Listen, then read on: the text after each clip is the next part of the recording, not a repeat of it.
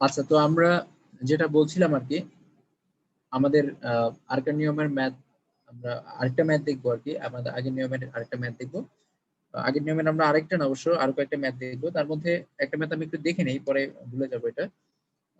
ধরেন আমরা একটু আগে যে ম্যাথটা করেছিলাম, আমাদের যে 14 জন খেলোয়াড় থেকে আমরা হচ্ছে 11 জনকে বাছাই করেছি। এখন আরেকটা ম্যাথ আছে এরকম, আমাদের এখানে আমরা কি করেছিলাম, একজন অধিনায়ক তাকে আমরা ফিক্সড করেছিলাম।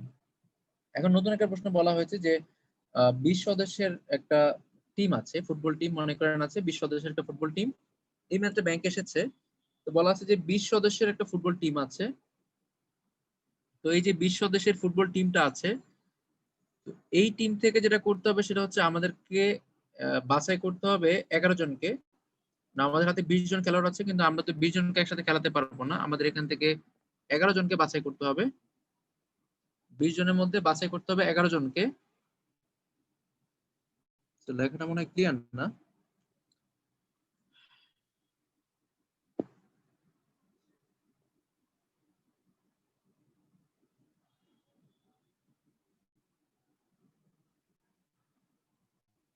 আচ্ছা, 20 জনের মধ্যে আমাদের বাছাই করতে হবে 11 জনকে।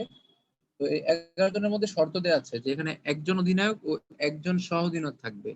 20 জনের মধ্যে আমাকে বাছাই করতে হবে কয়জনকে, 11 জনকে। তার মধ্যে একজন থাকবে অধিনায়ক, আরেকজন থাকবে সহ অধিনায়ক।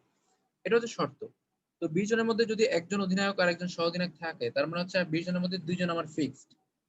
তো প্রশ্নটা আবার একটু শোনেন, বলা আছে 20 সদস্য বিশিষ্ট একটি ফুটবল দল হতে একজন অধিনায়ক ও একজন সহ অধিনায়ককে কতভাবে নির্বাচন করা যাবে। একজন অধিনায়ক আর একজন সহ অধিনায়ককে কতভাবে নির্বাচন করা যাবে। তো যদি এরকম বলতো যে 20 সদস্যের একটি ফুটবল দল থেকে 11 জনের দল গঠন করা যাবে, যেখানে একজন অধিনায়ক ও একজন সহ অধিনায়ক সবসময় থাকবে। যদি বলা হইতো যে 20 সদস্যের একটা দল থেকে যদি এরকম হয় যে 2 জনই সবসময় থাকবে, 11 জনের একটা দল করতে হবে, তখন আমরা কি করতাম, 20 থেকে প্রথমে 2 জনকে বাদ দিতাম, হয়তো 18 জন। 20 থেকে আমরা ফার্স্টে 2 জনকে বাদ দিতাম, হয়তো 18 জন। আবার আমরা কি করতাম যে 11 থেকে আমরা 2 জনকে বাদ দিতাম, হয়তো 9 জন। যদি বলা হয়তো যে 20 সদস্যের একটা দল আছে, সেখান থেকে আমরা 11 জনের একটা দল গঠন করব, একটা টিম বানাবো, সেই টিমের মধ্যে কি থাকবে, অধিনায়ক সহ অধিনায়ক সবসময় থাকবে। তখন আমরা কি করতাম, আমরা বানাবো 11 জনের দল, তার মধ্যে 2 জন তো আমাদের হাতে আছেই, 2 জনকে আমরা ম্যানেজ করে দিতাম। আবার যে 20 জন আছে তার মধ্যে থেকে আমরা 2 জনকে আগেই সরাই রাখতাম, কারণ হচ্ছে আমাদের আমাদের হচ্ছে 18 জন এর মধ্যে কাউন্ট করতে হবে, কারণ 2 জনকে আমরা আগে নিয়ে নিয়েছি। তখন হয়তো অ্যান্সারটা 18C9। তো এখানে প্রশ্নটা বলা হয়েছে যে 20 সদস্যের একটা টিম থেকে আমাকে একজন অধিনায়ক ও একজন সহ অধিনায়ক মাত্র 2 জনকে বাছাই করতে হবে। তাহলে আমরা লিখবো 20C2। আমাদের যে প্রশ্নটা, 20 সদস্য বিশিষ্ট একটি ফুটবল দল হতে একজন অধিনায়ক ও একজন সহ অধিনায়ককে কতভাবে নির্বাচন করা যাবে বা কতভাবে বাছাই করা যাবে, তাহলে অ্যান্সার হবে 20C2। এটাকে ক্যালকুলেশন করলে অ্যান্সার হবে 20 ফ্যাক্টোরিয়াল বাই 20 থেকে 2 বাদ দিলে 18 ফ্যাক্টোরিয়াল ইন্টু 2 ফ্যাক্টোরিয়াল।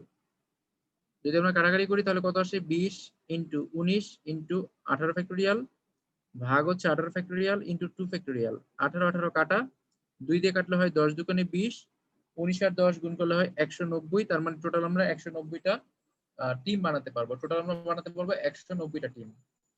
এখন আমরা যে ম্যাথগুলো করবো, যেটা কথা আমি একটু আগে বলছিলাম, যে এখানে আমরা যখন নিব, তখন হচ্ছে দেখা গেল আমাদের এখানে আহ মহিলা থাকবে কিছু, কিছু থাকবে পুরুষ, সেখান থেকে আমার আবার দল গঠন করতে হবে বা আমার কমিটি বানাতে হবে।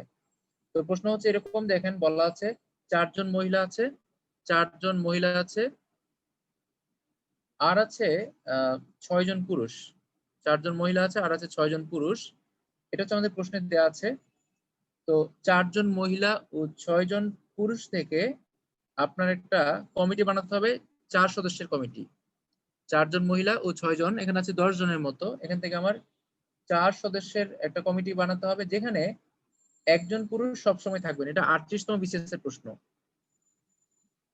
প্রশ্নটা হচ্ছে 4 জন মহিলা ও 6 জন পুরুষ থেকে 4 সদস্যের একটা কমিটি বানাতে হবে, যাতে একজন নির্দিষ্ট পুরুষ সবসময় ওই কমিটিতে থাকবেন। এখন দেখেন, আমাদের বানাইতে হবে 4 জনের কমিটি, তার মধ্যে একজন পুরুষ আগে থেকেই আমাদের মানে বাছাই করে রাখতে হবে, কারণ আমাকে বলা হচ্ছে একজন পুরুষ সবসময় থাকবে। তো আমরা যেটা করবো সেটা হচ্ছে 4 জন থেকে যদি একজন বাদ দিয়ে দিই, তাহলে 3 জন পুরুষ, মানে সরি 3 জনের কমিটি বানাইতে হবে। আমাদের বানাইতে হবে 3 জনের কমিটি, তার মধ্যে একজনকে আমরা আগেই সরিয়ে ফেলেছি। তাহলে আমাদের যেখানে বলা ছিল 4 জন মহিলা, সেখানে 4 জন মহিলাই থাকবে। কিন্তু যখন পুরুষের কথা আসবে তখন আমরা একজন বাদ দিয়ে বানাবো 5 জন পুরুষ। একজন বাদ দিয়ে আমরা বানাবো 5 জন পুরুষ। কেন বানাবো 5 জন পুরুষ? কারণ একজন পুরুষকে তো আমি আগেই সরিয়ে রেখেছি। তাহলে প্রশ্নটা হচ্ছে 4 জন মহিলা ও 6 জন পুরুষ থেকে 4 সদস্যের একটি কমিটি বানাতে হবে, যাতে একজন পুরুষ সবসময় থাকবেন, মানে একজন নির্দিষ্ট পুরুষ উনি সবসময় থাকবেন কমিটিতে, ওনাকে বাদ দেওয়া যাবে না। যেহেতু একজন পুরুষ থাকবেন, তার মধ্যে 6 জনের মধ্যে আমি একজনকে পেয়ে গেছি, তাহলে 6 জন আর আমরা লিখবো না, আমরা লিখবো 5 জন। তো আমরা যদি এইভাবে দাগ কেটে ম্যাথ গুলো করি তাহলে আমাদের জন্য সুবিধা হবে, এটা একটা সিস্টেম ম্যাথ গুলো করার। তো আমরা কি করতে পারি, এই 6 জনের মধ্যে একজন বাদ দিলাম, 5 জন হয়ে গেল। আর মহিলা তো আছে, মহিলার সমস্যা নাই। এখন আমাকে বাছাই করতে হবে কয়জনকে, 3 জনকে। 4 জনের মধ্যে একজন বাদ দিলে থাকে 3 জন, 3 জন আমাকে বানাইতে হবে। এই 3 জন বানানোর সময়, 3 জন বানানোর সময় আমাকে কি করতে হবে দেখেন, আমাকে দেখতে হবে যে 3 জন বানানোর সময় আমি কয়জন মহিলা নিব, কয়জন পুরুষ নিব। এখন যত ভাবে নেওয়া পসিবল সে সব ভাবে নিতে হবে। আপনি বলতে পারেন 3 জনের মধ্যে 2 জন মহিলা হতে পারে, একজন পুরুষ হতে পারে, এটা কিন্তু হতে পারে। আপনি বলতে পারেন যে 3 জনের মধ্যে 2 জন মহিলা হতে পারে, একজন পুরুষ হতে পারে। আপনি বলতে পারেন যে 3 জনের মধ্যে 3 জনই মহিলা হতে পারে, একজন পুরুষ, মানে পুরুষ আমি নিব না। কারণ ওখানে কোনো বাধ্যবাধকতা নাই। বলা হয়েছে একজন শুধু পুরুষ আলাদা করবেন। বাকি যে 3 জন থাকবে সেটা কিন্তু আপনার ইচ্ছা মতো নিবেন। তো এখন আপনি বললেন 3 জনের মধ্যে আমি 3 জনের মহিলা নিব, একজনও পুরুষ নিব না। তাহলে 3 আর এখানে 0, এটা একটা উপায় হতে পারে। আবার আপনি বলতে পারেন যে আমি 3 জনের মধ্যে 2 জনকে নিব মহিলা, একজনকে নিব পুরুষ, এটা একটা উপায় হতে পারে। আবার আরেকজন বলল না আমি হচ্ছে সবই হচ্ছে পুরুষ নিব, মহিলা নিব না, এটা একটা উপায় হতে পারে। আবার আরেকজন বলল না আমি হচ্ছে পুরুষ নিব 2 জন, হ্যাঁ মহিলা নিব একজন, এটা একটা উপায় হতে পারে।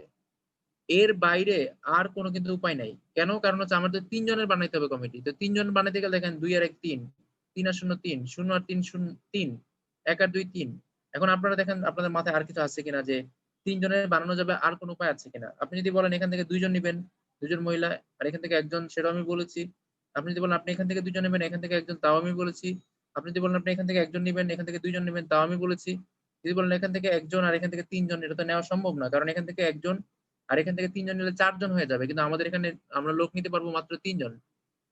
এই যে আমরা মানে উপায়গুলো তৈরি করলাম, সেই সবগুলো উপায় যোগ করলে হবে মোট কমিটি। সবগুলো উপায় যোগ করলে হবে মোট কমিটি। এখন উপায়গুলো কি কি একটু দেখেন ভালো করে। একটা উপায় হচ্ছে আমরা নরমালি সমাবেশ করার সময় কি করি, গুণ করি। সেই এখানেও গুণ করতে হবে। যেমন এখানে 4 জন থেকে আমরা 2 জন নিচ্ছি। তাহলে একটা উপায় হচ্ছে 4c2 ইনটু 5c1, এটা হচ্ছে একটা উপায়। কি কি? 4 জন থেকে 2 জন হচ্ছে মহিলা, 5 জন থেকে একজন হচ্ছে পুরুষ, এটা হচ্ছে একটা উপায়। তো এই উপায়ের কত আসে আমরা দেখব। তারপর হচ্ছে 4 জন থেকে যদি আমরা 3 জন নেই, 4 জন থেকে যদি আমরা 3 জন নেই, আর 5 জন থেকে যদি আমরা একজনও না নেই, মানে 5c0। তারপর হচ্ছে যদি আমরা 4 জন থেকে যদি আমরা একজনকেও না নেই, তারপর হচ্ছে 5 জন থেকে যদি আমরা 3 জনকে নেই, আমরা যে সিরিয়ালি করে লিখতেছি 5c3। তারপর হচ্ছে 4 জন থেকে আমরা একজনকে নিব, 4c1। 5 জন থেকে আমরা 2 জনকে নিব, 5c2। এই সবগুলো যোগ করলে টোটাল হচ্ছে উপায়গুলো পাওয়া যাবে। এখন কথা হচ্ছে যে আগের অঙ্কগুলোর সাথে এটা মিললো না কেন?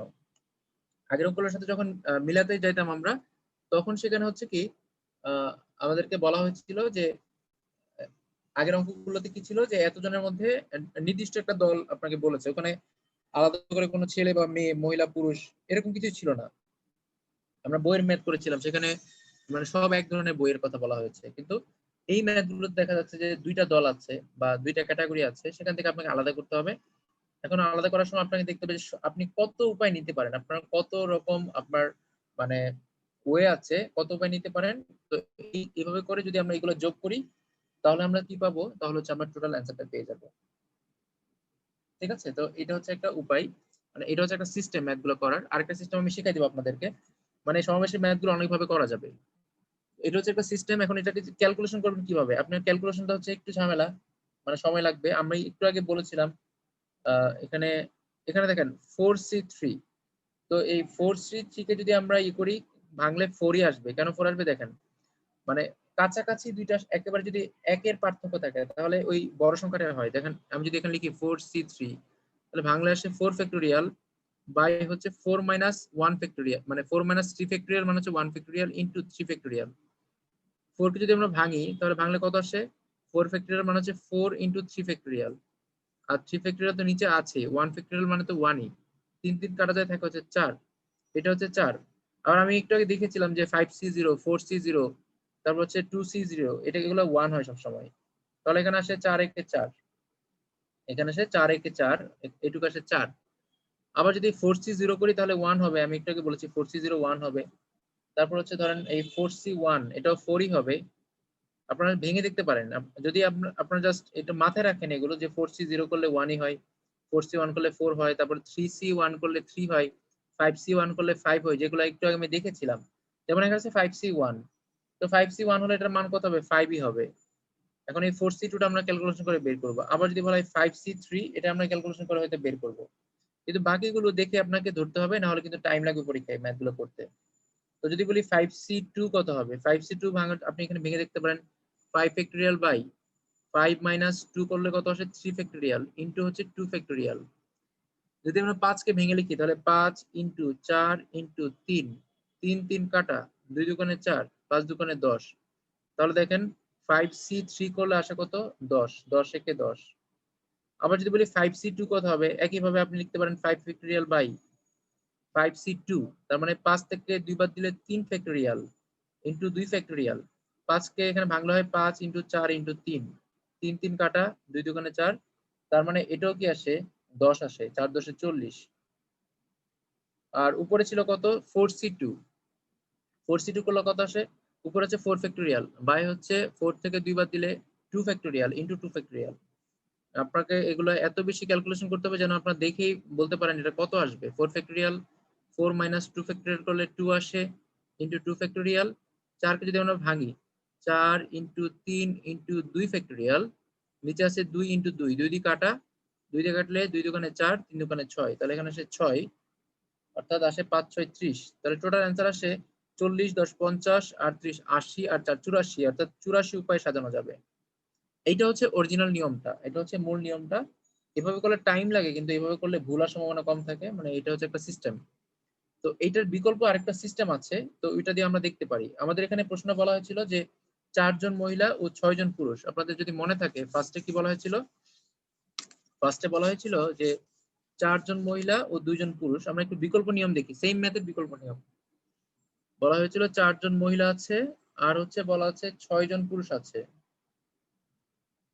এটা হচ্ছে আমাদের দেয়া আছে 4 জন মহিলা ও 6 জন পুরুষ। তার মধ্যে থেকে আমাকে বানাইতে হবে কয়জনের দল? আমাকে বানাইতে হবে 4 জনের দল।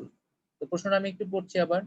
এটা হচ্ছে 38তম বিসিএস এর প্রশ্ন, যে 4 জন মহিলা ও 6 জন পুরুষের মধ্য থেকে 4 সদস্য বিশিষ্ট একটি উপকমিটি গঠন করতে হবে যাতে একজন নির্দিষ্ট পুরুষ সর্বদাই উপস্থিত থাকবেন। তার মানে এই 4 জনের মধ্যে আমার সবসময় একজন উপস্থিত থাকবেন, তার মানে আমাকে 4 জনের মধ্যে নিতে হবে 3 জন। 4 জনের মধ্যে নিতে হবে কয়জন? 3 জন। আর বলা হচ্ছে এখন কত প্রকারে ওই কমিটি গঠন করা যাবে। তো আমরা এই ম্যাথটাকে যদি সিম্পলি করতে চাই, সিম্পলি করার জন্য আপনারা আমার সিস্টেমটা ফলো করতে পারেন। এখানে আছে 4 জন পুরুষ, এখানে আছে 6 জন পুরুষ, টোটাল কয়জন আছে? 4 যোগ 6 সমান হচ্ছে 10 জন পুরুষ আছে। তার মধ্যে একজনকে আমরা বাদ দিয়ে দিব, কারণ একজনকে তো আমরা আগে সরিয়ে ফেলেছি। আমরা এখানে 4 জনের মধ্যে থেকে একজনকে নিয়ে আমরা বানাবো হচ্ছে 3 জনের টিম। একজনকে আমরা আগে নিয়েছি, তার মানে এই 10 জন থেকে আমরা একজন বাদ দিয়ে পাবো 9 জন। টোটাল ছিল 10 জন, তার মধ্যে আমাদের কাছে এখন আছে 9 জন। একজনকে আমরা আগে নিয়ে ফেলেছি। আমাদের নেওয়ার কথা ছিল 4 জন, যেহেতু আমরা একজনকে আগে নিয়েছি এখন আমাদেরকে নিতে হবে 3 জনকে। তাহলে আমরা বলতে পারি টোটাল আছে 9 জন, আমরা এখান থেকে নিব হচ্ছে 3 জনকে। তাহলে 9C3 হচ্ছে আমার অ্যান্সার। 9 ফ্যাক্টোরিয়াল ভাগ হচ্ছে 9 মাইনাস 3 ফ্যাক্টোরিয়াল মানে 6 ফ্যাক্টোরিয়াল ইনটু 3 ফ্যাক্টোরিয়াল। কাটাকাটি করলে কত আসে? 9 ইনটু 8 ইনটু 7 ইনটু 6 ফ্যাক্টোরিয়াল। 6 পর্যন্ত যাব কেন? নিচে 6 আছে। 6 ফ্যাক্টোরিয়াল আর এখানে 3 দোকানে কত? 6, কাটলে 6 6 কাটা, 3 ত্রিকা 9, 2 দিয়ে কাটলে 4 দোকানে 8। তাহলে দেখেন 3 4 12, 7 12 84। আমাদের আগের অ্যান্সার কিন্তু 84 এসেছিল, কিন্তু এটা হচ্ছে অনেক বড়, আমরা মানে অনেক বড় ভাবে করে ম্যাথটা তারপর পেয়েছিলাম 84। দেখেন এইভাবে কিন্তু 84 এসেছে। তো আমরা এইভাবে পরীক্ষা যখন করবো এইভাবে করার চেষ্টা করবো। রিটেনে করার সময় আমরা এভাবে করলে হবে, সমস্যা নাই। এটাও একটা রাইট ওয়ে, এটা শর্টকাট ওয়ে না, এটা একটা ওয়ে। আপনি ওইভাবে ডিটেলস এ করলে ভালো হবে। রিটেনে যদি আপনি আমরা একটু আগে যে ডিটেলসটা করলাম ভেঙে ভেঙে, যে আমরা হচ্ছে প্রথমে 4 জন থেকে 2 জনকে নিলাম, যদি ভেঙে ভেঙে করি তাহলে করা যাবে। তো এভাবে করলে 84 এসেছিল অ্যান্সার। আর আমরা এখন যে নিয়মে করেছি সেটাও 84। আপনারা এই ম্যাথটা পুরোটা আবার সুন্দর করে প্রথম থেকে দেখবেন, মানে ভিডিওটা যখন দেখেন তখন ভালো করে আবার প্রথম থেকে দেখবেন। তো আমরা যে নিয়মের ম্যাথগুলো করেছি, তাহলে আমরা দেখলাম 35, 36, 38, এই তিনটা বিসিএস এ আমরা যে ধরনের ম্যাথ এসেছে সবগুলো কিন্তু আমরা দেখে ফেলেছি। তো এরপরে আমি একটু আগে আরেকটা ম্যাথের কথা বলছিলাম, ওইটা 23তম বিসিএস একবার এসেছিল। তো এখন আমরা আরেকটা ম্যাথ দেখবো। সেটা হচ্ছে এই প্রশ্নে এসেছে হচ্ছে 37তম বিসিএস, মানে এই ম্যাথটা দেখলে আমাদের 35 থেকে 38 সব ম্যাথ দেখা হয়ে যাবে। এই ম্যাথটা দেখলে আমাদের 35 থেকে 38 পর্যন্ত সব ম্যাথ দেখা হয়ে যাবে। প্রশ্নটা বলা হয়েছিল এরকম যে 10টি জিনিসের মধ্যে 2টি একই জাতীয়। বলা হয়েছে 10টি জিনিস আছে টোটাল। তো টোটাল দেওয়া আছে 10টা জিনিস। তো 10টার মধ্যে হচ্ছে বলা হয়েছে 2টি এক জাতীয় এবং বাকিগুলো আলাদা। তো যদি আমরা এটাকে 2টা ভাগে ভাগ করি, তার মধ্যে 2টা হচ্ছে এক জাতীয়, বাকিটা হচ্ছে আলাদা, মানে কি বাকি হচ্ছে 8টা। এক জাতীয় হচ্ছে 2টা আর ভিন্ন হচ্ছে 8টা। অর্থাৎ এটা একটা ক্যাটাগরি, এটা হচ্ছে আরেকটা ক্যাটাগরি। এখন বলেছে 10টি জিনিসের মধ্যে থেকে 2টি একই জাতীয় এবং বাকিগুলো ভিন্ন ভিন্ন জিনিস। ওই জিনিসগুলো থেকে প্রতিবারে 5টি করে নিয়ে, প্রতিবারে নিতে হবে 5টা করে, প্রতিবারে 5টি করে নিয়ে কতভাবে বাছাই করা যাবে। প্রতিবারে 5টি করে নিয়ে কতভাবে বাছাই করা যাবে, এটা হচ্ছে বের করতে হবে। এখানে কোনো শর্ত দেয়া নাই যে এর মধ্যে থেকে হচ্ছে আপনার আহ একজনকে ফিক্স রাখতে হবে, এমন কোনো শর্ত নাই। তো আমাদেরকে বানাইতে হবে কয়জনের? 5 জনের বানাইতে হবে। 5 জনের। এর মধ্যে হচ্ছে একই জাতীয় জিনিস থাকবে 2টা, আর ভিন্ন জিনিস থাকবে হচ্ছে 8টা। তো আমরা যদি এখন এটাকে এখান থেকে যদি সুন্দর করে বানাতে চাই, 5টা জিনিস বানাতে গেলে আমরা কিভাবে বানাইতে পারি? 5টা জিনিস বানাইতে গেলে আমরা আমরা যদি বলি যে 2টা হচ্ছে একই জাতীয় জিনিস, আমরা এখানে লিখলাম 2টা হচ্ছে একই, আপনারা একটু ব্র্যাকেট লিখবেন একই, আর 8টা হচ্ছে ভিন্ন। টোটাল হচ্ছে আমার 10টা জিনিস, তার মধ্যে 2টা হচ্ছে একই জাতীয় এবং 8টা হচ্ছে ভিন্ন জাতীয়। 8টা হচ্ছে ভিন্ন জাতীয়। এখন যদি আমরা এখান থেকে নেই, ফার্স্টে আমাদের বানাইতে হবে 5টা জিনিসের একটা, মানে বাছাই করতে হবে 5টা জিনিস। তো আপনি যদি এখান থেকে বলেন যে 5টার মধ্যে আপনি এখান থেকে 4টা নেবেন, আপনি কিন্তু 4টা নিতে পারবেন না, কারণ এখানে আছে তো 2টা। আপনি এখান থেকে হয় 2টা নিবেন, না হলে একটা নিবেন, না হলে নিবেন না। এর বাইরে কি আর কোনো উপায় আছে? আপনি কি এখান থেকে 3টা নিতে পারবেন? এখানে জিনিস আছে 2টা, আপনি 2টার বেশি নিতে পারবেন না, তার মানে আপনার উপায় হচ্ছে এখান থেকে 2টাই নিতে হবে। অথবা আপনি 2টার কমে একটা নিবেন, অথবা আপনি নিবেন না, এটা হচ্ছে উপায়। এর বাইরে কিন্তু আর কোনো উপায় নেই। এখন দেখেন 8টার মধ্যে আপনি এখান থেকে যদি 2টা নেন, তাহলে এখানে আর বাকি থাকে 5টার মধ্যে 3টা, আপনি 3টা নিতে পারবেন। এখান থেকে যদি একটা নেন, তাহলে বাকি থাকে আর কয়টা? আর থাকে 4টা বাকি। এখান থেকে যদি না নেন, তাহলে বাকি সবগুলো নিতে হবে এই 8টা থেকে। এখন যদি আমরা এগুলোকে সাজাই, তাহলে আমরা এখান থেকে পাবো কি? 2C2। কি পাবো? 2C2। আর এখান থেকে পাবো 8C3। এটা হচ্ছে একটা উপায়। এরপরে পরেরটা হবে 2C1। 2C1 ইন্টু এটা হবে 8C4। 8C4, এটা হচ্ছে আরেকটা উপায়। লাস্টে হচ্ছে 2C0। 2C0, আর এটা হচ্ছে 8C5। 8C5। এখন যদি আমরা ক্যালকুলেশন করি, তাহলে 2C2 কত হবে? 1ই হবে। 2C2 1 হবে, এগুলো আমরা একটু আগে দেখেছি। 2C1 এটাও 1 হবে। মানে দুইটার পার্থক্য যদি 1 হয়, তাহলে উপরের সংখ্যাটা হয়। আবার দুইটা যদি সেম হয়, তাহলে 1 হয়। নিচে যদি 0 হয়, তাহলে সেটা 1 হয়। তার মানে 2C0 গুলো 1ই হবে। এখন আমাকে ক্যালকুলেশন করতে হবে 8C3, 8C4 আর 8C5, এগুলো আমরা ক্যালকুলেশন করে বের করব। তো যদি আমরা 8C3 এটাকে যদি ক্যালকুলেট করি, 8C3 কে ক্যালকুলেট করলে আসে 8 ফ্যাক্টোরিয়াল বাই 8 থেকে 3 বাদ দিলে কত হয়? 5 ফ্যাক্টোরিয়াল ইনটু 3 ফ্যাক্টোরিয়াল। আমি এটাকে 8 ফ্যাক্টোরিয়ালকে ডিরেক্ট এভাবে লিখতেছি 8 7 6 5। পরীক্ষা হলে আমাদের এত টাইম থাকবে না, ডিরেক্ট 8 ফ্যাক্টোরিয়াল মানে হচ্ছে আপনি এখান থেকে দেখবেন যে 8 থেকে 3 বাদ দিলে কত হয়? 5 হয়। আপনি ডিরেক্ট 5 পর্যন্ত লিখে দিবেন। 5 5 কাটা। 3 কে ভাঙলে কত হয়? 3 ফ্যাক্টোরিয়ালকে ভাঙলে 3 ইনটু 2 ফ্যাক্টোরিয়াল। 3 দুগুণে 6, 6 6 কাটা, 7 8 56। তার মানে 8C3 হচ্ছে 56। এখান থেকে আমরা পেলাম 56। এখন যদি বলি 8C4 কি হবে, তাহলে 8C4 নিচে আছে কত? 8 থেকে 4 বাদ দিলে 4 ফ্যাক্টোরিয়াল ইনটু 4 ফ্যাক্টোরিয়াল। তাহলে উপরে আমরা যাব 4 পর্যন্ত, 8 7 6 5 4 পর্যন্ত যাব। 4 4 কাটা। এখন এই নিচের 4 কে যদি আমরা ভাঙি, তাহলে কিভাবে লিখতে পারি? 4 ইনটু 3 ইনটু 2, এই তো। এটাকে যদি আমরা ভাঙি 4 ইনটু 3 ইনটু 2, তাহলে এখানে 4 দুগুণে 8, 8 8 কাটা, 3 দুগুণে 6, 5 দুগুণে 10, 7 10 70। আপনারা এগুলো ঠান্ডা মাথায় ক্যালকুলেশন করবেন। যাদের কাছে সমাবেশের ম্যাথ নতুন তাদের কাছে ক্যালকুলেশন গুলো একটু ঝামেলা হবে, কিন্তু কয়েকবার প্র্যাকটিস করলে দেখবেন আপনি আমার থেকে একটু ফাস্ট করতে পারতেছেন। তাহলে এখানে পেলাম আমরা 70, লিখলাম 70 একে 70, তাহলে এখানে 70 হয়ে গেল। বাকি থাকে হচ্ছে 8c5। 8c5 যদি আমি করি তাহলে উপরে থাকলো 8 ফ্যাক্টোরিয়াল। তাহলে আমরা 8c5 হলে তাহলে 8 আর 5 এর ডিসটেন্স কত? 8 আর 5 এর ডিসটেন্স হচ্ছে 3, তার মানে নিচে থাকবে 3 ফ্যাক্টোরিয়াল ইনটু 5 ফ্যাক্টোরিয়াল। তো আমরা এখান থেকে 5 পর্যন্ত যাব, 8 7 6 5। কেন 5 যাব? কারণ 5 5 এ কাটতে পারবো। 3 কে ভাঙলে হয় 3 দুগুণে 6, 6 6 কাটা, 7 8 56। তার মানে এখান থেকে আসে কত? এখান থেকে আসে উপায় হচ্ছে 56টা উপায়। 56 কে 56 যদি আমরা যোগ করি তাহলে 56 70 আর যোগ করলে 6 6 12 2 হাতের 1, 6 আর 7 6 আর 7 হচ্ছে 13, 13 আর 5 হচ্ছে 18, 13 আর 5 হচ্ছে কত? 13 আর 5 হচ্ছে 18, তাহলে আসে হচ্ছে 182টা। তাহলে আমরা বলতে পারি এখান থেকে কত উপায় আসে? আসে হচ্ছে 182টা উপায়।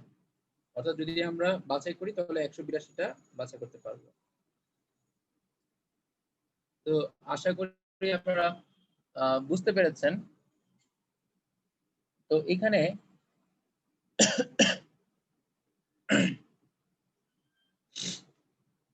তো এই ধরনের যে ম্যাথগুলো আমরা যে ম্যাথগুলো দেখলাম, এই সবগুলো ম্যাথই আমরা মানে দেখলাম হচ্ছে একবার 35 থেকে 38 পর্যন্ত, মানে সব নিয়মের ম্যাথ আমরা মোটামুটি দেখলাম। এরপর হচ্ছে আমরা যদি লাস্ট আরেকটা ম্যাথ একটু দেখবো, সেটা হচ্ছে 39তম বিসিএস একটা প্রশ্ন দেখলে মোটামুটি আমাদের প্রায় সবগুলো প্রশ্ন দেখা হয়ে যাবে। বিসিএস এর মানে সবগুলো টাইপ আমাদের একটু দেখা হয়ে যাবে। 39তম বিসিএস এর যে প্রশ্ন এসেছে সেটা হচ্ছে এরকম ছিল। প্রশ্নটা হচ্ছে এরকম ছিল,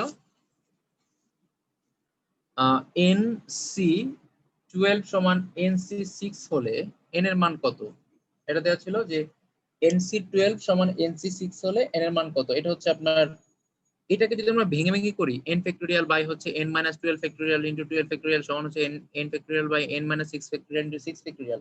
এভাবে করতে গেলে অনেক সময় লাগবে, 10 মিনিট লেগে যাবে যদি আপনার ক্যালকুলেশন যদি দেরি হয়। কিন্তু এটা করার একটা সহজ উপায় আছে, সেটা হচ্ছে যদি উপরের এই পাওয়ারটা সমান হয়, এই পাওয়ারটা যদি সমান হয়, উপরের যে n এর মানটা যদি সমান হয়, তাহলে তাহলে যেটা হবে n সমান হয় r1 প্লাস r2। তাহলে n সমান হবে r1 প্লাস r2। r1টা কি? r হচ্ছে এখানে NCR, এটা হচ্ছে NCR। এই প্রশ্ন কিন্তু 39তম বিসিএস এসেছে। NCR1 NCR2। এখন দেখেন যদি পাওয়ার সেম হয় তাহলে n এর সূত্র কি হবে? n সমান r1 প্লাস r2। তাহলে এখানে r1 এর মান কত? 12, r2 এর মান কত? 6, 12 আর 6 কত? 18। তাহলে n এর মান হচ্ছে 18। n এর মান হচ্ছে 18। এই নিয়মটা একটু মনে রাখবেন, এটা হচ্ছে আপনার বিভিন্ন গভর্নমেন্ট চাকরির পরীক্ষায় এগুলো এই ধরনের প্রশ্ন প্রচুর এসেছে। আপনার জব সলিউশন সলভ করতে বললে মানে বসলে দেখবেন এই ধরনের ম্যাথ অনেকবার আসছে। তো এই যে এরকম যদি পাওয়ার সেম হয় তাহলে আপনারা এই সূত্রটা মনে রাখবেন, n equal r1 plus r2। এটা একটু মনে রেখে ম্যাথটা করবেন। তো আমরা যদি হচ্ছে এখন একটু হ্যান্ডশেকের ম্যাথের কথা বলি, হ্যান্ডশেকের ম্যাথের কথা বললে, তো হ্যান্ডশেকের যে ম্যাথগুলো আছে আপনাদের শীটে আমি এই টাইপের যে টাইপগুলো ম্যাথগুলো আমি করেছি সেই টাইপের ম্যাথগুলো আপনাদের দিয়ে দিব ইনশাআল্লাহ। তো শীটটা হয়তো দিতে একটু দেরি হবে, আমার একটু কাজ আছে, আমার একটু বেরোতে হবে, এরপরে এসে আমি শীট একটু গুছিয়ে দিব আর কি। তো আপনাদের এখন যে ম্যাথটার কথা বলবো সেগুলো হচ্ছে ব্যাংকের জন্য খুব ইম্পর্টেন্ট, খুব সহজ ম্যাথ, ব্যাংকের জন্য এগুলো আসে। তো এই ম্যাথগুলো হচ্ছে হ্যান্ডশেকের ম্যাথ, আপনার হ্যান্ডশেক করা বা যেটাকে আমরা বলি করমর্দন করা। তো ওই ম্যাথগুলো আপনার হচ্ছে বলে যে কতগুলো ধরেন কয়েকজন সদস্য আছে তারা নিজেদের মধ্যে করমর্দন করলো বা হ্যান্ডশেক করলো, তাহলে টোটাল কতগুলো হ্যান্ডশেক হবে? প্রশ্নগুলো হচ্ছে নিজেদের মধ্যে কেউ যদি হ্যান্ডশেক করে তাহলে কতগুলো হ্যান্ডশেক হবে। তো যদি এরকম হ্যান্ডশেক হয়, হ্যান্ডশেকের সংখ্যা বের করার জন্য একটা ছোট সূত্র আছে, আমরা সূত্রটা ফলো করতে পারি। যদি আমরা সূত্রটা ফলো করি তাহলে আমরা হয়তো এই ম্যাথগুলো তাড়াতাড়ি করতে পারবো। তো দেখেন আমরা এখন যে ম্যাথটা দেখবো সেটা হচ্ছে হ্যান্ডশেকের ম্যাথ। তো হ্যান্ডশেকের ম্যাথগুলোতে প্রথমে যেটা বলা হয় সেটা হচ্ছে, আমি একটা উদাহরণ দিচ্ছি। ধরেন বলা হয়েছে যে একটা কমিটির মিটিং এর শেষে প্রত্যেক সদস্য একে অপরের সাথে হ্যান্ডশেক করলো। একটা কমিটির মিটিং এর শেষে প্রত্যেক সদস্য একে অপরের সাথে হ্যান্ডশেক করলো, মানে সবাই সবার সাথে হ্যান্ডশেক। এখন বলেছে যে যদি টোটাল হ্যান্ডশেক সংখ্যা 6 হয় তবে কমিটিতে কয়জন সদস্য ছিল। এখানে আপনাকে বলবে যে কয়জন সদস্য ছিল এই ধরনের প্রশ্ন একটা, অথবা বলবে সদস্য সংখ্যা দেয়া আছে, হ্যান্ডশেক সংখ্যা কয়টা, এটা হচ্ছে আরেকটা ধরন। কি বললাম, টোটাল কয়টা হ্যান্ডশেক হয়েছে, এটা হচ্ছে একটা উপায়, এটা হচ্ছে আপনার একটা প্রশ্ন। আবার বলবে হচ্ছে হ্যান্ডশেক সংখ্যা এত হলে কয়জন লোক হ্যান্ডশেক করেছে সেটা আপনাকে বের করতে হবে। এই দুই টাইপের প্রশ্ন এখান থেকে ঘুরে ফিরে আসে। তো এগুলো থেকে এখনো বিসিএস এই ধরনের ম্যাথ আসে নাই, কিন্তু ব্যাংকের পরীক্ষাগুলোতে খুবই কমন। যেহেতু ব্যাংকের পরীক্ষাগুলোতে কমন, বিসিএস যেহেতু আসে নাই, তার মানে এই প্রশ্নগুলো সামনে আসার সম্ভাবনা খুব বেশি। আমরা হচ্ছে একটু ম্যাথ গুলো দেখি। তো আমি হচ্ছে সূত্রটা একটু লিখি, দেখেন। যদি এমন হয়, সূত্রটা হচ্ছে মোট, যদি বলা হয় যে কয়টা হ্যান্ডশেক হয়েছে বা কয়টা করমর্দন হয়েছে, আমরা বাংলাটাই লিখি। মোট করমর্দন সংখ্যা বা হ্যান্ডশেকের সংখ্যা হবে NC2। C2 কেন আমি বলি, হ্যান্ডশেক করার সময় আমরা কি করি, সবসময় দুইজনের মধ্যে হ্যান্ডশেক করি, মানে দুইজন আমি জানি। কয়জন লোকের মধ্যে হ্যান্ডশেকটা হয়েছে সেটা আমি জানি না। ধরেন বলা হচ্ছে 5 জন লোকের মধ্যে, তাহলে 5C2। 2 কেন, কারণ হ্যান্ডশেক সবসময় দুইজনের মধ্যে হয়, তিনজনের মধ্যে হ্যান্ডশেক হয় না। হ্যান্ডশেক করলে দুইজন লোক লাগে। তাহলে সূত্রটা হচ্ছে NC2। তাহলে 5 জন যদি বলা হয়, 5 জনের মধ্যে লোক যদি হয়, তাহলে 5 জন হচ্ছে N এর মান, আর 2 হচ্ছে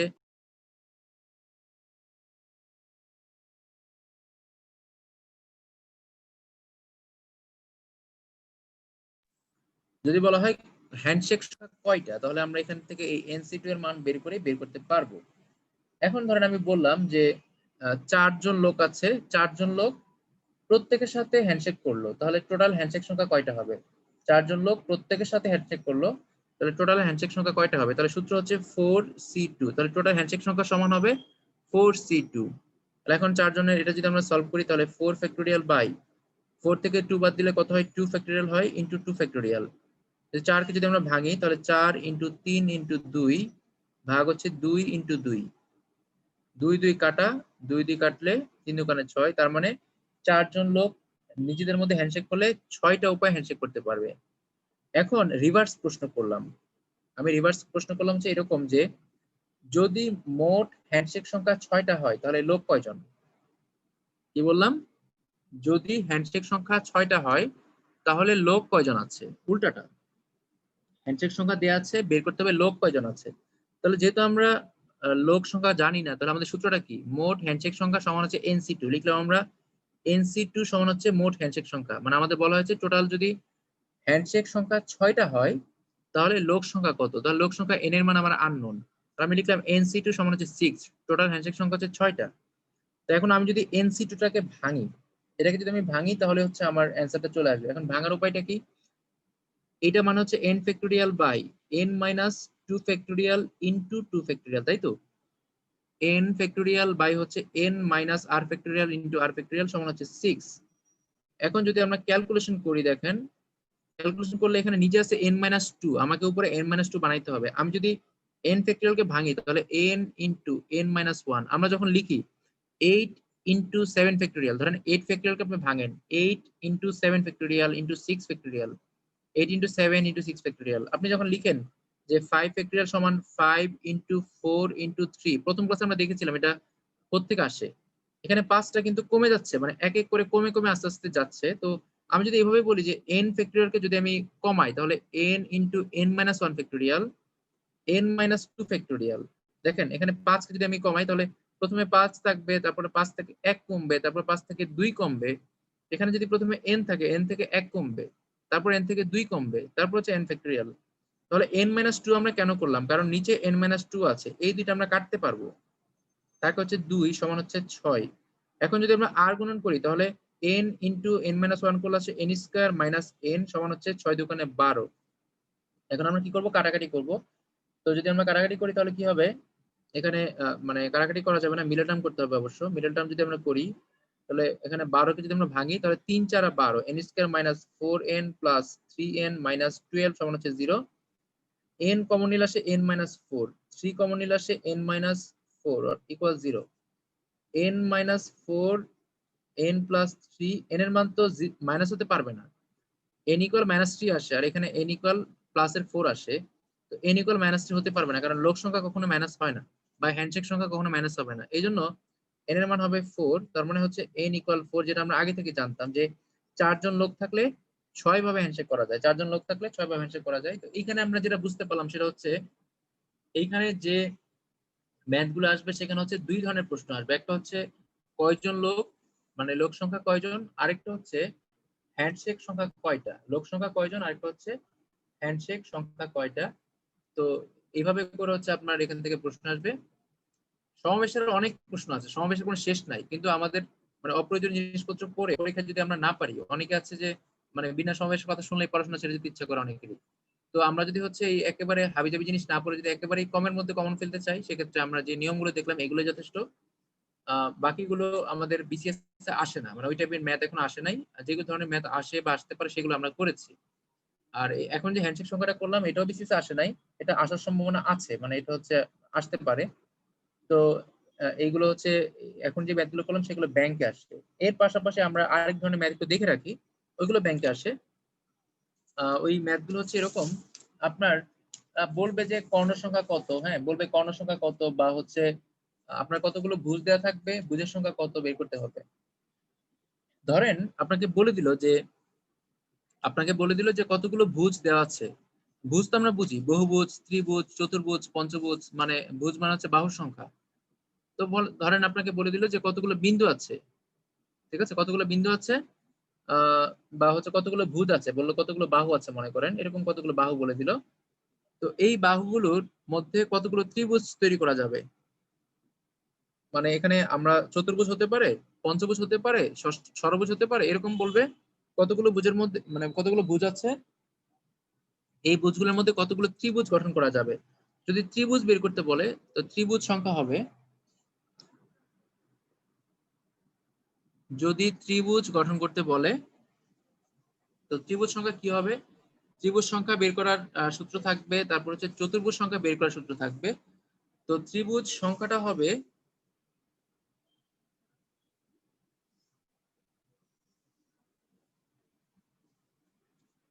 ত্রিভুজ সংখ্যা হবে NC3। এখানে n হচ্ছে ভুজ সংখ্যা মানে বাহু সংখ্যা। যদি বলে চতুর্ভুজ তাহলে n এর মান 4, যদি বলে পঞ্চভুজ n এর মান 5, যদি বলে ষড়ভুজ তাহলে n এর মান 6। এখানে ত্রিভুজ সংখ্যা হচ্ছে NC3, যদি বলে চতুর্ভুজের সংখ্যা তাহলে হচ্ছে NC4, যদি বলে পঞ্চভুজের সংখ্যা তাহলে NC5, যদি বলে ষড়ভুজের সংখ্যা তাহলে হচ্ছে NC6। যদি বলে কর্ণের সংখ্যা, মানে আপনার বলবে যে 5টা ভুজ আছে, তাহলে কর্ণ কয়টা হবে, তাহলে কর্ণের সংখ্যা হচ্ছে NC2 মাইনাস n। আচ্ছা NC2 কেন, কারণ কর্ণ করতে গেলে 2টা বাহু লাগে। ধরেন আমি এখান থেকে কর্ণ বের করবো, তাহলে এই 2টা শীর্ষবিন্দু বা এই 2টা বিন্দু যোগ করে দিলে কি হচ্ছে, কর্ণ পাওয়া যাচ্ছে। আরেকটা জিনিস আমরা সবাই জানি যে এখানে যদি 4টা বাহু হয়, 4টা যদি বাহু হয় তাহলে 4টা শীর্ষবিন্দু, দেখছেন খেয়াল করে, 4টা বাহু হলে 4টা বিন্দু হয়। তার মানে যদি বলা হয় যে একটা ভুজের 4টা বিন্দু আছে, একটা ভুজের 4টা বিন্দু আছে, কর্ণের সংখ্যা কয়টা, 4টা বিন্দু থাকা মানে হচ্ছে চতুর্ভুজ। এখন বের করতে হবে কর্ণের সংখ্যা কয়টা।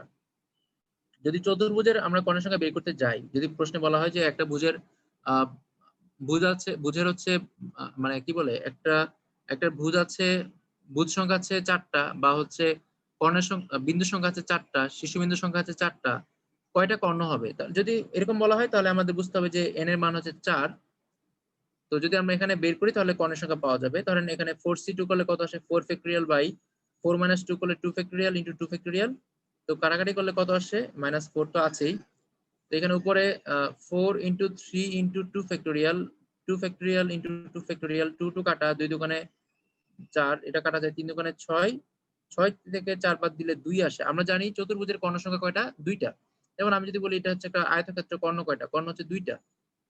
হ্যাঁ, তো এই যে আহ, এরকম কর্ণের সংখ্যা আমরা তো চতুর্ভুজের জানি, পঞ্চভুজের হয়তো জানি, কিন্তু ষড়ভুজের, সপ্তভুজ, অষ্টভুজ এগুলো কিন্তু আমরা জানি না। তখন আমরা এই সূত্র অ্যাপ্লাই করবো। যদি বলে চতুর্ভুজ তাহলে n এর মান 4, যদি বলে পঞ্চভুজ n এর মান 5, যদি বলে ষড়ভুজ তাহলে n এর মান 6, যদি বলে সপ্তভুজ n এর মান 7। তো এইটা দিয়ে হচ্ছে আমরা কর্ণের সংখ্যা বের করব। তারপর হচ্ছে যদি বলা হয় যে যদি একটা চতুর্ভুজ হয় তার মধ্যে কয়টা ত্রিভুজ থাকবে, একটা চতুর্ভুজ হলে তার মধ্যে কয়টা ত্রিভুজ গঠন করা যাবে। দেখেন একটা চতুর্ভুজ হলে তার মধ্যে কয়টা ত্রিভুজ গঠন করা যাবে। তো সূত্রটা হচ্ছে এরকম যে আমরা যদি চতুর্ভুজ হই তাহলে এখানে n এর মান নিব 4, 4c3। তো এখন 4c3 বললে যদি ভাঙি 4 factorial by 4 minus 3 factorial into 3 factorial. কারাকারি করলে আসে উপরে 4 ইন্টু 3 ফ্যাক্টোরিয়াল, নিচে থাকে শুধু 3। এখানে 4 থেকে 3 বাদ দিলে 1 থাকে, 3 3 কাটা থাকে হচ্ছে 4। তার মানে এখানে 4টা ত্রিভুজ গঠন করা যাবে। দেখেন আমরা যদি 4টা ত্রিভুজ মানে এখানে গঠন করতে চাই তাহলে কিভাবে গঠন করতে পারবো? আমরা যদি এখানে ত্রিভুজের হিসাব করি তাহলে এখানে এভাবে না, আসলে অ্যাকচুয়ালি মানে আমরা যে শীর্ষবিন্দুগুলো আছে মানে সেইগুলো যদি আমরা যোগ করি তাহলে এই যে এই অংশটা একটা চতুর্ভুজ ত্রিভুজ, এই অংশটা একটা চতুর্ভুজ ত্রিভুজ, তারপর এই অংশটা একটা ত্রিভুজ, এই অংশটা একটা ত্রিভুজ, মানে শীর্ষবিন্দুগুলো যোগ করে কয়টা ত্রিভুজ গঠন করা যাবে? শীর্ষবিন্দুগুলো যোগ করে হচ্ছে 3টা করে ত্রিভুজ গঠন মানে 4টা করে ত্রিভুজ গঠন করা যাবে। আহ যদি বলা হয় যে এখান থেকে কয়টা চতুর্ভুজ গঠন করা যাবে তাহলে এখানে n এর মান 4 বসাবেন, তাহলে চতুর্ভুজ সংখ্যা বের হবে। যদি বলে যে একটা ষড়ভুজ থেকে কয়টা চতুর্ভুজ বানানো যাবে তখন আপনি বলবেন n এর মান 6, আর সেখান থেকে চতুর্ভুজ আপনি লিখবেন 6c4। যদি বলা হয় একটা ষড়ভুজ থেকে কয়টা ত্রিভুজ বানানো যাবে আপনি লিখবেন 6c3। এগুলো তো ইম্পর্টেন্ট না, কিন্তু এগুলা জাস্ট আপনি ব্যাংকের পরীক্ষার জন্য জেনে রাখতে পারেন। মানে ব্যাংকের পরীক্ষায় এই ধরনের প্রশ্ন থাকতে পারে, ঠিক আছে? ব্যাংকের পরীক্ষায় এই ধরনের আহ থাকতে পারে। তো এর বাইরে আরো অনেক কিছু ছেদবিন্দু আছে, এগুলো লাগবে না। এত কিছু পড়ে অপ্রয়োজনীয় জিনিস পড়ে দেখা গেলে পরে আপনারা দরকারি জিনিসগুলো মনে রাখতে পারবেন না, তখন আর সমস্যা হয়ে যাবে। তো আমরা যে নিয়মের ম্যাথ গুলো দেখলাম এর বাইরে অল্প কিছু ম্যাথ আছে যেগুলো আমরা সম্ভাবনা করার সময় আবার এগুলো পাবো সামনে। এর বাইরে অল্প যে সমাবেশের যে ইম্পর্টেন্ট ম্যাথ গুলো যদি লাগে আমাদের, সেগুলো সম্ভাবনার সময় লাগবে। যখন আমরা সম্ভাবনা পড়বো তখন আবার ওই ম্যাথ গুলো আসবে ওখানে, ঠিক আছে? যখন যেখানে দরকার যেটা, আমরা যেমন শতকরা করার সময় আমরা হচ্ছে পাস ফেল অঙ্কগুলো করি না, আমি বলেছি আমরা যখন ভেন ডায়াগ্রাম পড়বো তখন ওইগুলো সুন্দর করে পড়বো, ওখানে অনেক সহজ করে ওগুলোতে অ্যান্সার করা যায়। তো এই জন্য আমরা হচ্ছে শতকরার মধ্যে আমরা ওই মানে পাস ফেল অঙ্কগুলো করিনি, ঠিক আছে? মানে পুরুষের পার্সেন্ট অনুপাত এত হলে না, মানে নারীর সংখ্যা কয়জন, এগুলো আমরা করিনি, কারণ এগুলো ভেন ডায়াগ্রাম দিয়ে সহজে করা যায়।